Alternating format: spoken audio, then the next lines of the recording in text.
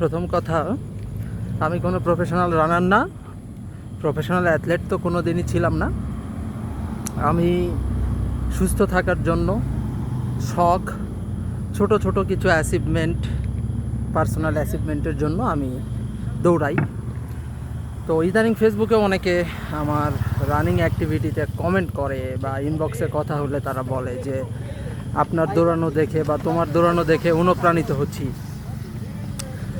তো যারা অনুপ্রাণিত হচ্ছেন বা অন্য কাউকে দেখেও অনুপ্রাণিত হবেন বা রানিংয়ের সিদ্ধান্ত নিয়েছেন, একেবারেই তাদের জন্য একটা শিক্ষামূলক ভিডিও বানানোর চেষ্টা করছি। জানি না কতটা ভালো হবে বা খারাপ হবে। এই কথাগুলো আপনাদেরকে কোনো সেলিব্রিটি বলবে না কোনো রানিং একাডেমির কোচ।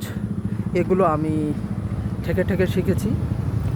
সো প্রথম কথা হচ্ছে, যারা রানিংয়ে আসেন বা নতুন রানিংয়ের সিদ্ধান্ত নেন, তাদের মধ্যে একটা বিষয় কাজ করে, তারাও অন্যদেরকে দেখে খুব দ্রুততার সহিত টার্গেট অ্যাচিভমেন্টের চেষ্টা করে।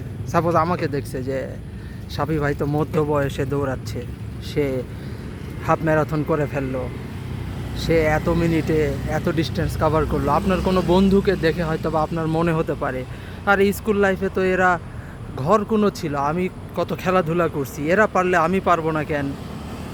এখানে আপনাকে একটু পজ দিতে হবে।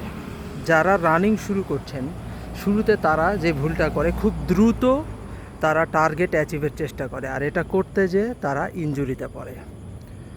ইনজুরি বলতে এমন আহামরি ইনজুরি না, ইনজুরিগুলো হচ্ছে যে আপনার শিন মাসলে পেইন হবে, হাঁটুতে পেইন হবে, হ্যামস্ট্রিংয়ে পেইন হবে, কোমরে পেইন হবে, এবং আপনার মনে হবে যে ও আচ্ছা, তার মানে আমার দ্বারা দৌড়ানো সম্ভব না।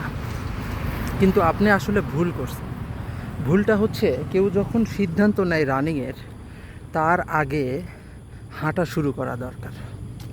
এবং সবচেয়ে বড় ব্যাপার হচ্ছে, হাঁটার চেয়ে গুরুত্ব দেওয়া দরকার স্ট্রেচিংয়ে। আমরা অনেকেই রানিং করি, ওয়াকিং করি, কিন্তু সেই সাথে পর্যাপ্ত প্রি ওয়াকিং বা pre running and post running, post walking স্ট্রেচিংগুলা করি না। এই স্ট্রেচিংগুলো খুবই ইজি। আপনি যদি মনে করেন 10 মিনিট দৌড়াবেন, এটা 10 মিনিট যদি দৌড়ান বা 10 মিনিট হাঁটেন, তাহলে আপনার হাতে যদি 20 মিনিট সময় থাকে পুরা এক্সারসাইজ করার জন্য, তাহলে আমি বলবো এটাকে 3 ভাগে ভাগ করেন। হ্যাঁ, 6.5 মিনিট আপনি প্রি স্ট্রেচিং করেন, 6.5 মিনিট ওয়াক করেন, তারপর আবার 6.5 মিনিট পোস্ট স্ট্রেচিং করেন। স্ট্রেচিংটা খুবই গুরুত্বপূর্ণ। এবং সেই সাথে আরেকটা বিষয়, সেটা হচ্ছে আপনি শুরুতেই রান করবেন না। আপনি শুরুতে 1 মাস, 2 মাস, 3 মাস, 4 মাস, যতদিনই লাগুক, আপনি আগে হাঁটবেন।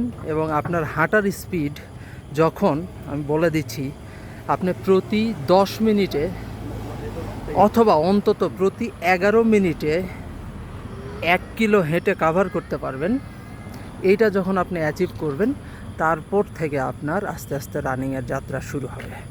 তো যারা রানিংয়ের ব্যাপারে সিদ্ধান্ত নিচ্ছেন বা চিন্তা করছেন, তারা আগে হাঁটেন এবং আপনার হাঁটার স্পিড প্রতি 10 থেকে 11 মিনিটে 1 কিলো যখন হবে, এবং আপনি এইভাবে টানা 5 কিলো হাঁটতে পারবেন।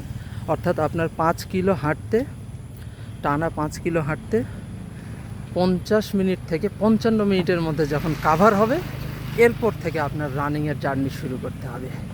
আসসালামু আলাইকুম।